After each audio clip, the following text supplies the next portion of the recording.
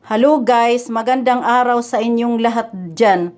Magsasabi na lang ako ng magandang araw kasi hindi ko alam kung anong araw, kung anong oras na dyan sa inyo. Dito sa amin ay pasado alas 5 ng hapon, pero parang alas 8 na ng gabi sa Pinas kasi ganun yan dito pag winter time, madilim. Wala kaming snow dito sa lugar namin. Nasa southern part kami of Sweden kasi due to global warming. Noon, yung wala pa yung global warming na yan, pag October na, nag-uumpisa na ang makapal na snow hanggang April. Pinapakita ko sa inyo ngayon ay yung popular na Swedish meatballs na parang national dish na rin nila ngayon. Ito ay giniling na karne. Kadalasan dito yung karne nilang ginagamit dyan ay karne ng baka at saka o kaya yung giniling na karne ng baka na pinaghalo ng baboy. Pwede rin giniling na baboy.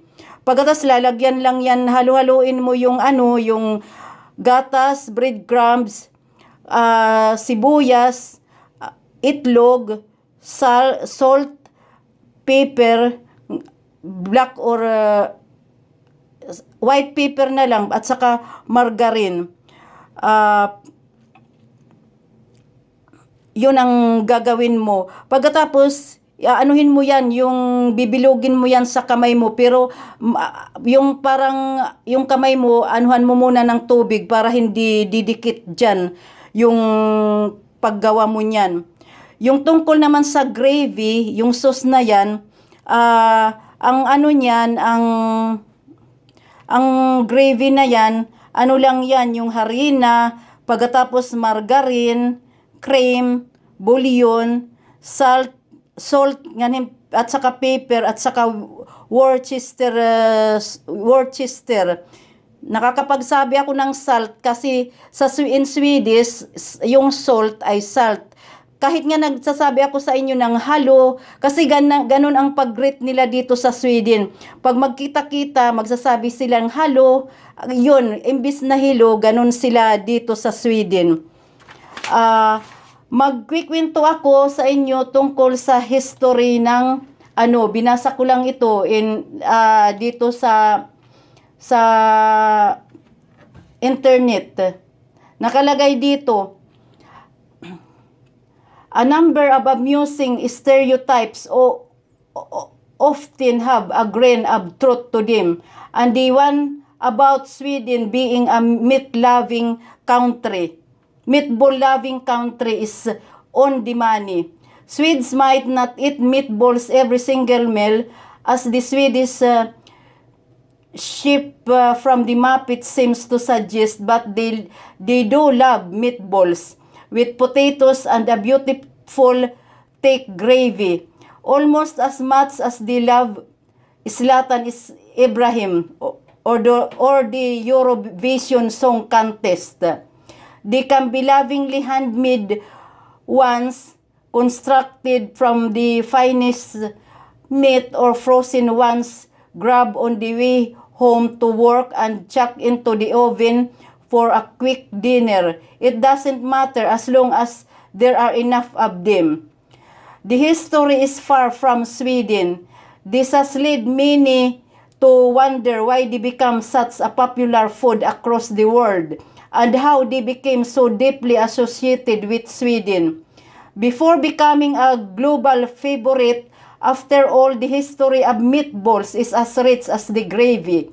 They are served in, and perhaps surprisingly doesn't begin in Sweden. It doesn't even start in Northern Europe. A number of sources have noted that the 4 joy meatballs, which are commonly made today in China, are derived from ancient Chinese cooking methods, first used in 221 BC. Quite a long time before Sweden as a country even existed. There are also people who have highlighted that when looking at the ancient Roman cookbook Apicus, you can see a recipe for something that seems very similar to modern the meatballs. Ciao Italia states that the apicos suggests grinding chopped meat with the center of fine white bread that has been soaked in wine, with sauce similar to how meatballs are made now.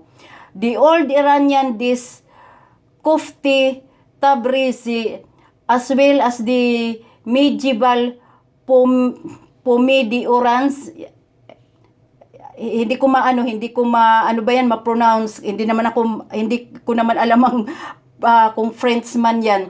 Both bear a resemblance to modern day meatballs. It is quite clear then that their origin is not in Sweden. However, their popularity derives from the way Swedes made them as well as how they ended up in Sweden. For much of the Middle Age, Sweden was a fairly poor country with little influence. However, after it broke from the Kalmar Union to become independent from Denmark and Norway in 1523, it embarked on a period of empire building where its influence spread across Europe. Unfortunately for Scandinavia's largest country, it became confident under the rule of King Charles the 12th, who made the foolish decision to invade Russia. As